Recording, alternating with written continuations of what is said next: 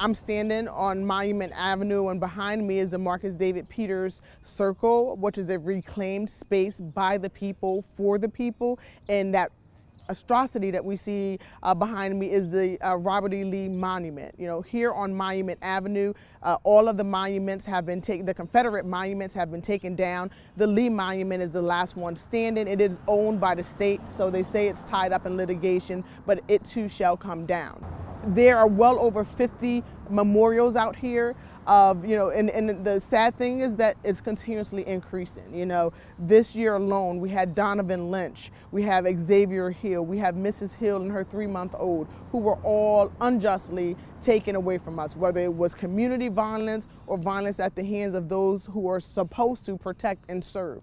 And so this space is important because to this day, we're still fighting to occupy it. You know, to this day, we cannot physically go within the circle anymore because Ralph Northam, temporary governor Ralph Northam, made the decision to put the fence up, as he said, to keep people safe, but it was a way to keep us divided and to stop us from congregating in a very liberated, inclusive manner, from taking care of each other. As when we come out here, we feed each other. You know, we take care of each other's needs, and we did have the opportunity yesterday to celebrate the 3-year anniversary of my brother Marcus David Peters, marking 3 years since he was unjustly murdered. But, you know, within that circle, so much positive has taken place. And when we start talking, you know, about racism, you know, we must look at the systems that perpetuate it, right? The systems that serve as a barrier to move us, to prevent us from moving towards an anti-racist society. And the move to put up that fence is absolutely one of those gestures. But what we do know is that we, the people, have more power than the people in power. So many of us say, well, the governor this or the mayor this. Why are we waiting for them? Why are we waiting for them to be the peacekeepers and to say, oh, now, you know, they deserve X, Y, and Z? Do we need to wait another 400 years?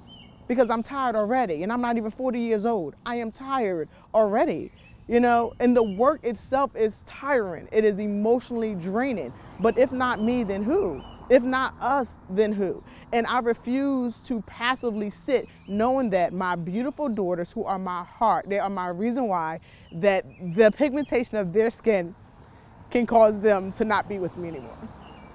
That alone, the pigmentation of our black and brown kids' skin is a death sentence. And that's the reality. Those are the conversations that we have to talk about, you know, and for even as black people, it's so easy, it's more comfortable for us to not talk about it. When we face these realities and these pains head on, you know, that's when our power really comes into place.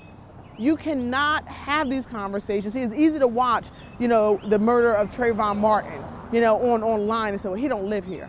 You know, George Floyd, he don't live here. That's a shame that happened. But we have it happening in our own backyard.